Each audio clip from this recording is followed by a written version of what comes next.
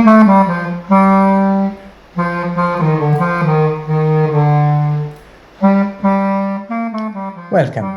This is the first of a series of videos where I will revise the theory of Lie groups.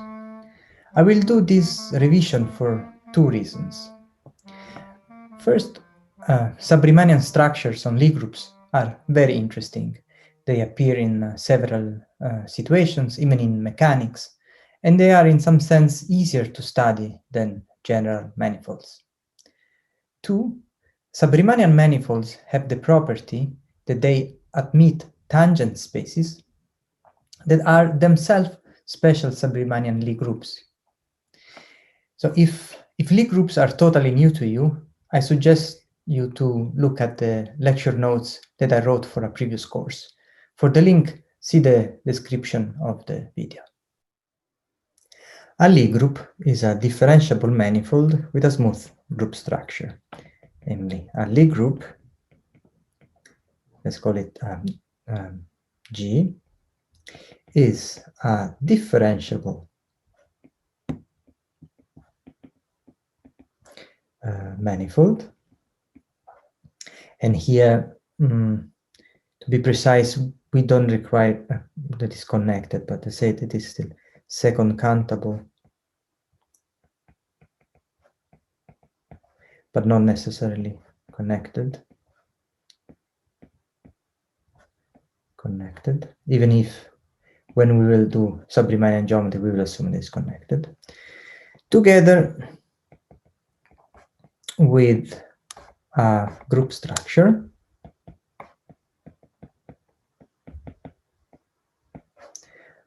such that both maps, so in a group structure we have the product, so that given a pair GH and G times G gives G, let's denote it with a dot, an element in G, and the inverse map, inverse G in G associate G, what we call G minus 1, G.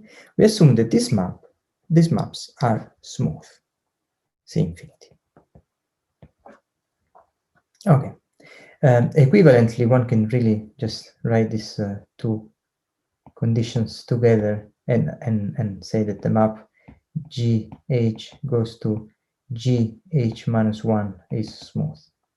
This is one way of writing in one requirement, both the previous two. Okay. One remark about the fact that here we're in finite dimensional manifolds. So actually one can this second assumption, this inverse is for free, is smooth, is for free, and this is a consequence of the inverse mapping theorem.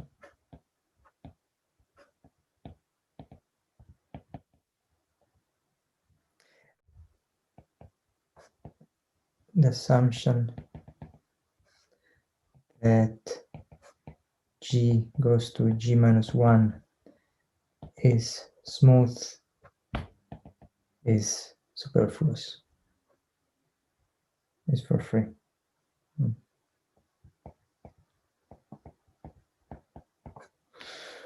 Okay, other facts. So the first one is I will state these facts without proving. So it's the differentiable structure of each Lie group is unique.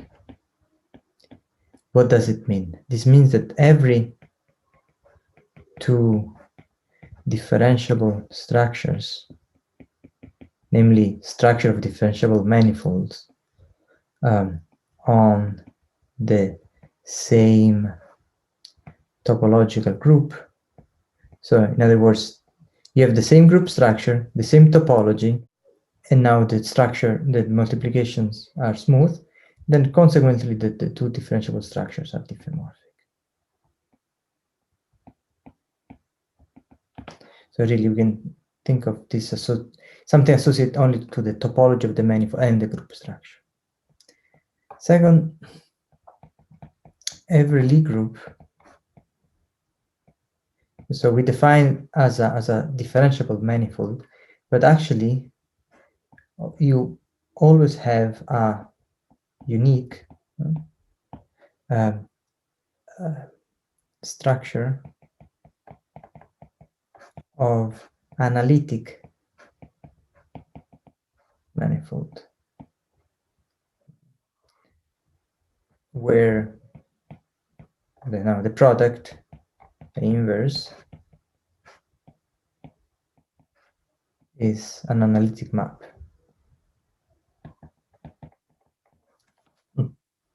Okay, we don't really need to make use of this fact, but it's good to know.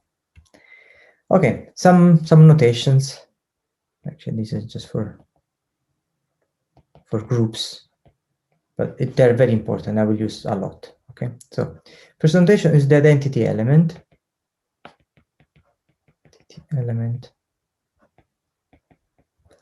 Of a group G. Okay, we will denote it with 1 because we write the multiplication as a product. If you want to make explicit that this is for the group G, we'll put G here. Some authors write E or EG. These are notations for the identity element. Then we have the very special map, the left translation by an element G is the map denoted with LG, L stands for left, that to every H in G associate GH. So it's putting G on the left of the variable. Then similarly we have the right translations by G right by G H. Now you have HG. If you compose a left translation with a right translation of the inverse, you have what is called the conjugation. The conjugation by G is denoted with CG, and to every H in G, associate G, H, G minus 1 in G. Pay attention that not all authors choose this, but some choose G minus 1, H, G. I prefer this because in this way, the map that sends G to CG becomes an action. Okay. Let's move on to the next object we want to recall, and these are the Lie algebra. So an abstract Lie algebra, G, we will always only discuss the one that are over R, is a vector space, again over R, together with a bilinear operator denoted with these brackets from G times G. So this is a linear map from G times G into G, and it's called bracket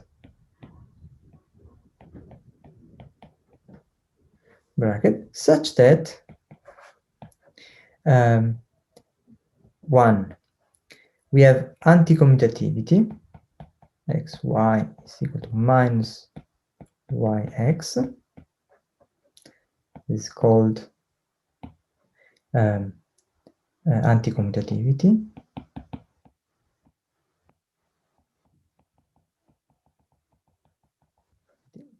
and 2, Jacobi identity. So this is called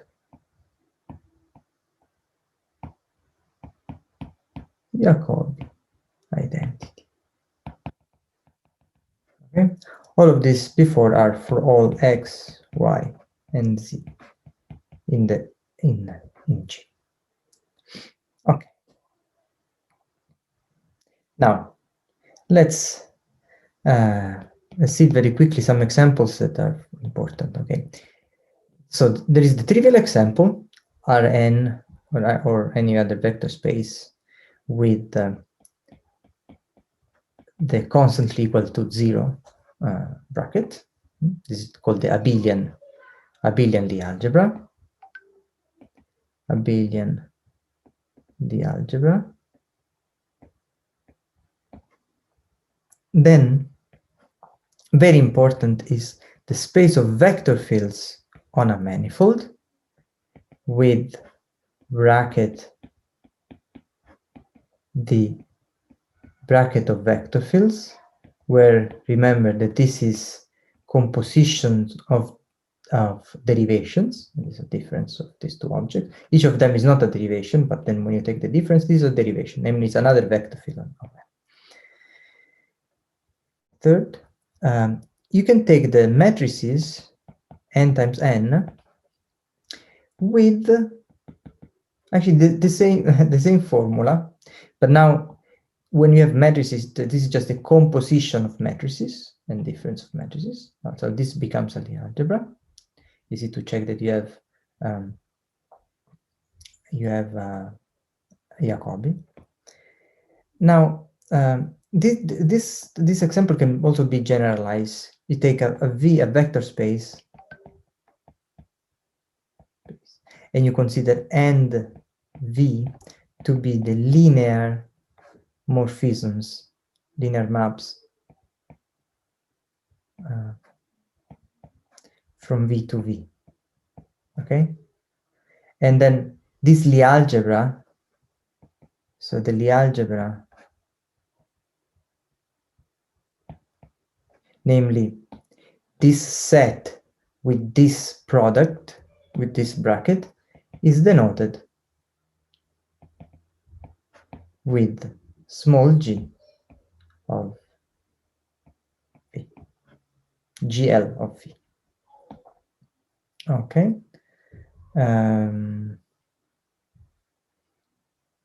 Okay, good. So these are abstract Lie algebra. Now let's see let's recall what is the Lie algebra associated to a Lie group. Lie algebra of a Lie group. Good. Okay. So now let's consider what I call the left-invariant vector fields of G. So be the space of left-invariant vector fields on a Lie group G. So GP stands for group. Okay, what does it mean that the vector field is left-invariant? So X is a left-invariant vector field if and only if I take a vector field, I evaluate at a point, and then I push forward by a left translation by another an element H, right? This is the differential at G. Then what I obtain is the vector field at the image point. So it's that's the LH of G. In other words, when you write it as differential acting on a vector field, so this LH is a diffeomorphism, so you can push forward the vector field and you get the same vector. Okay. Okay, these are the left-invariant vector field. Okay. Remark is that if you take two left-invariant vector fields on the same group, then the Lie bracket, it's easy to show that this is a left-invariant vector field on G. And this is just because when you take the differential, it is a diffeomorphism, so you can just bring it inside. Right. So this means that the space of left-invariant vector fields is a subalgebra or sub-Lie algebra of this of all the spaces of the vector fields of G. Okay, but remember, this object here is infinite dimensional. This will be finite dimensional. So let's make this remark. So contrary to vec of G, the space of left-invariant vector fields on G is finite dimensional, or is a finite dimensional, is a finite dimensional Lie algebra. Why is that so? And this is because this space of left-invariant vector field, it can be identified with the tangent at the identity element. On each Lie group G, there exists a linear isomorphism between the tangent space T1G of G at 1 of G and the space of left-invariant vector fields on G, given by, for every V in the tangent at the identity, we associate a vector field x of V, so left-invariant vector field, defined as, so xv at a point G is, by definition, the left translation by G of the vector V. This is the differential at the identity. Okay. One should check that this vector field is left invariant, and of course the inverse map is just take a left invariant vector field and evaluate it at the identity, and this is the inverse of this map. Okay, this map is a linear isomorphism between these two objects as vector spaces. But now this is also a structure of Lie algebra, so we can put a Lie algebra structure on the tangent of the identity, just declaring that this map is an isomorphism of Lie algebra. So, saying that via this isomorphism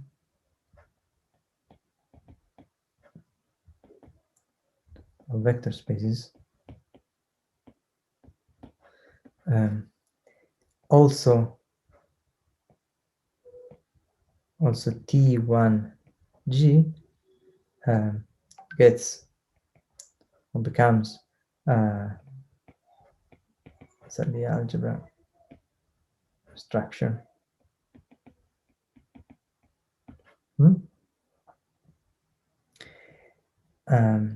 This Lie algebra structure,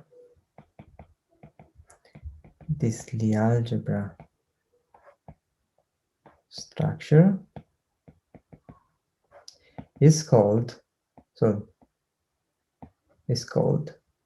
the Lie algebra associated to G, or the Lie algebra of G, and is denoted as Lie of G, or with the small letter G.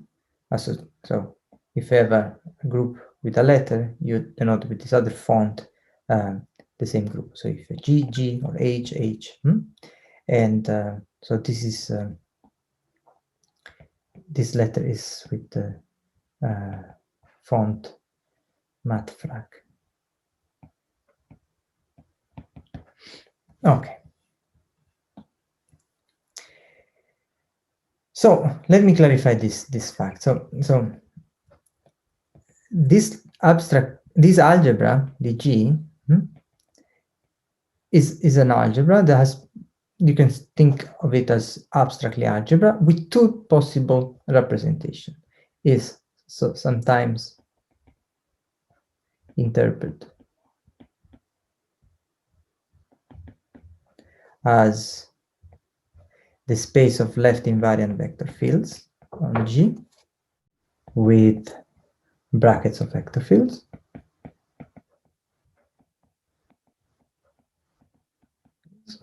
or as the tangent at the identity with bracket given by what? So if you have two vectors at the identity, what is the leaf bracket? What you do, you extend them left invariantly. You take the bracket of vector fields and then you evaluate at 1. Right? So I recall that xv is the left invariant extension of v, and is defined as upon G as the left translation by G, the identity of the vector V. Okay, so these are the two interpretation of the Lie algebra. Okay, so now that we have Lie algebra Lie groups, let's write down some terminology for some maps. Terminology. Okay, so if you have a map psi from G to H, so it's a map between Lie algebras, then this is called Lie algebra homomorphism if it is linear. So it's linear, so it's a homomorphism of vector space, and it behaves well with the bracket. So psi of x, psi of g, this is equal to psi of the bracket x and y. This is for all x and y in G. Instead, for group, okay, and analogously, you can have isomorphisms, but they're also subjective. You can have endomorphism, where you stress that this is equal to G. Okay. For groups, so phi, a map from G to H, so between Lie groups is a Lie group homomorphism if it is smooth, so if it is C infinity, and is a group morphism. So phi GH equal to phi G, phi H for all G and H in G. Here are some curiosities about some facts, non-trivial facts about homomorphisms on Lie groups. Okay, so first is actually enough to require C0 instead of C infinity for homomorphisms on for group homomorphisms for Lie groups. So as soon as you have a homomorphism that is continuous between Lie groups, then it's actually smooth. Then as soon as you have a bijective Lie group homomorphism, then okay, the inverse is a group homomorphism, but it's actually continuous and actually smooth. So therefore, it's really a diffeomorphism. So bijectively group homomorphisms are diffeos.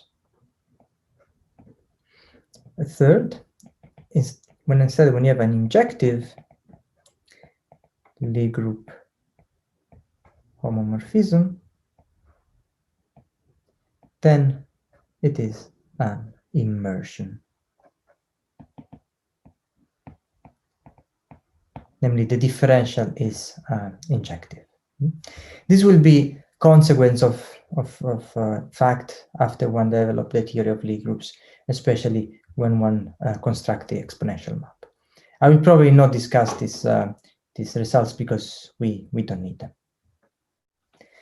The important relation between Lie group and Lie algebra is that whenever we have a group, Lie group homomorphism, then we can associate a Lie algebra homomorphism between their Lie algebra, the Lie algebras of the groups. And how's this is done? So if we think at the level of tangents at the identity, right?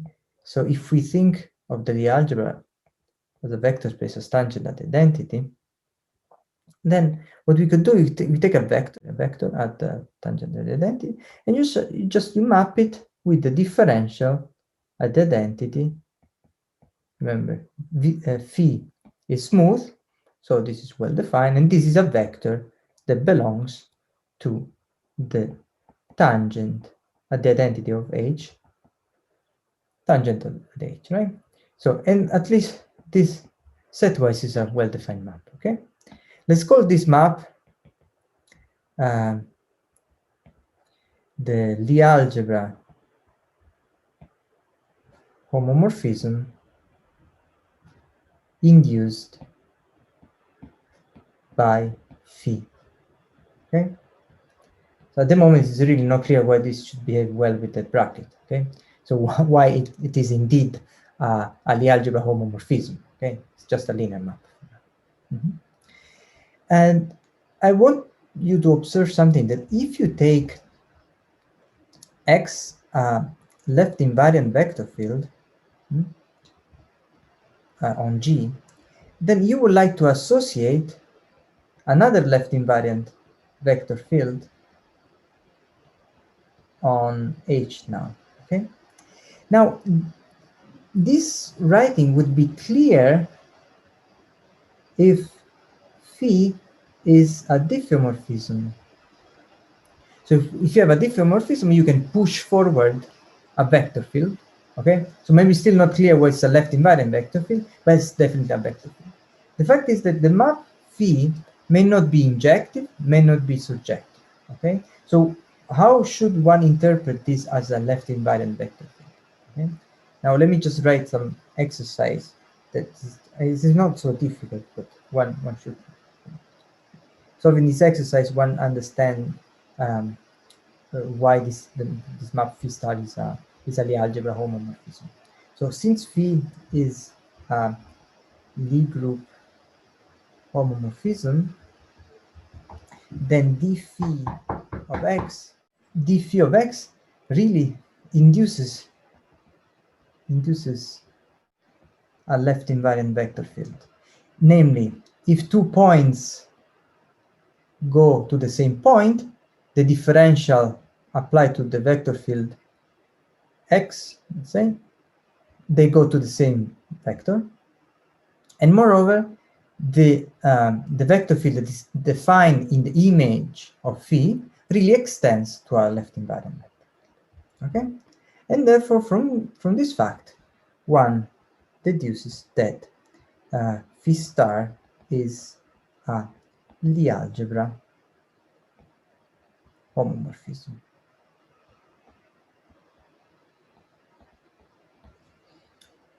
We saw how every Lie group homomorphism induces a Lie algebra homomorphism. And in some sense, this is a one-to-one correspondence. At least this is the case for simply connected Lie group. Actually, many algebraic and differentiable things are very well read in or at the level of the Lie algebra whenever you have a simply connected Lie group. So I will write some results without proof. Distinguished results for simply connected Lie groups. Okay, where simply connected, I mean connected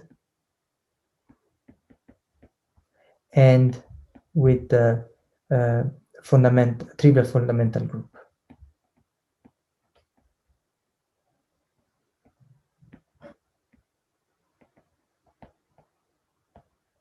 So every loop is contractible. Okay. So here are a few theorems. So theorem 1. So if you have G and H Lie groups, and G is simply connected, and you have phi a map from the Lie algebra of G to the Lie algebra of H, that is a Lie algebra homomorphism,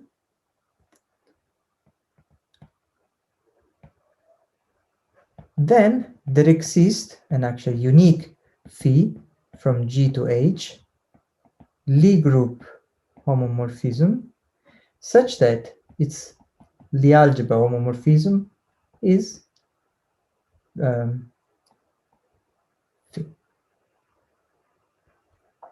Okay. Another theorem. Suppose you have two Lie groups, two simply connected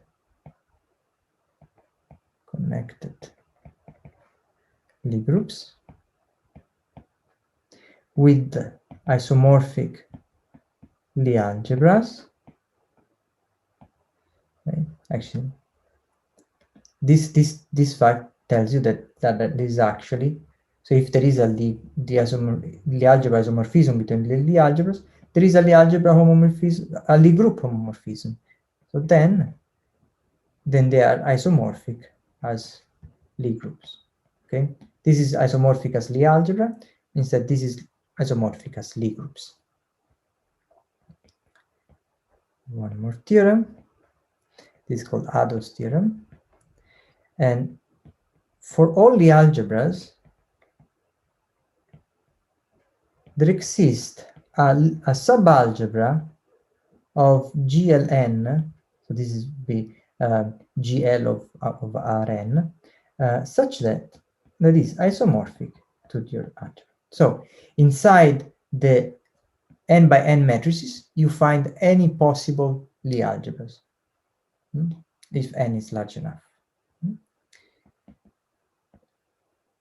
This is interesting because this tells us that whenever you have a Lie group, you have a Lie algebra, then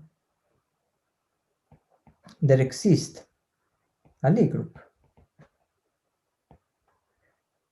such that the Lie algebra of the Lie group is the Lie algebra that you started with. And therefore, consequence, we have that there exists a one-to-one correspondence between Lie algebras up to isomorphisms of Lie algebra and simply connected Lie groups up to isomorphisms of Lie groups. I will recall now the definition of the adjoint map and of the adjoint representation.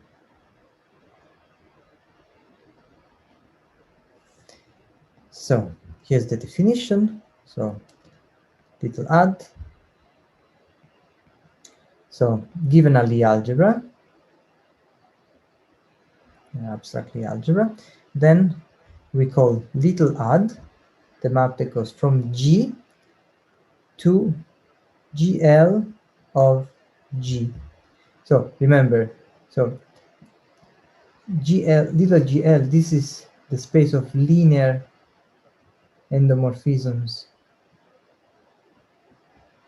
of G, of the vector space G. Linear map from G to G, linear. Okay. So the definition of little add is to every x, the map add applied to x is a map now on G, which apply to y. So this we also write it add with x below of y. This is by definition is the bracket of x and y. Okay. This map, as a map in y, is linear. So it's a linear endomorphism and goes from G to G. Okay. Another definition now. Capital add representation, G a Lie group now, a Lie group, and we associate the map add at G. This is also written add with G below. This is the differential of the conjugation by G at 1. We can also see this as, so the conjugation by G is a group homomorphism, and then we consider the Lie algebra automorphism of this Lie group.